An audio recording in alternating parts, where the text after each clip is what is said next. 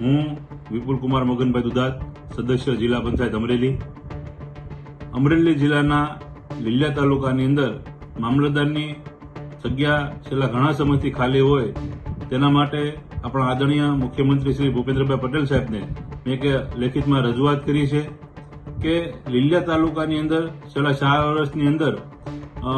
મામલતદારની જે નિમણૂકો થઈ છે તે વય મર્યાદાથી નિવૃત્ત થતા હોય તેવા જ મામલતદારોને મૂકવામાં આવે છે અને જેના કારણે થોડા સમયની અંદર મામલતદારની જગ્યા ખાલી રહેતી હોય છે, જેના કારણે સરકારી કામો માટે આવતા તાલુકાના લોકો ખૂબ જ હેરાન અને હાલાકી ભોગવી રહ્યા છે. તેથી મારી વિનંતી માંગણી છે કે મહેસૂલ વિભાગના અધિકારીઓ દ્વારા લીલિયા તાલુકાને જે અન્યાય થઈ રહ્યો છે તેમાં મુખ્યમંત્રી સાહેબ આપ ધ્યાન આપી અને લીલિયા તાલુકાની અંદર કાયમી અને લાંબી નોકરી કરી શકે તેવા કર્તવ્યનિષ્ઠ મામલતદારની નિમણૂક કરવા વિનંતી માંગણી છે.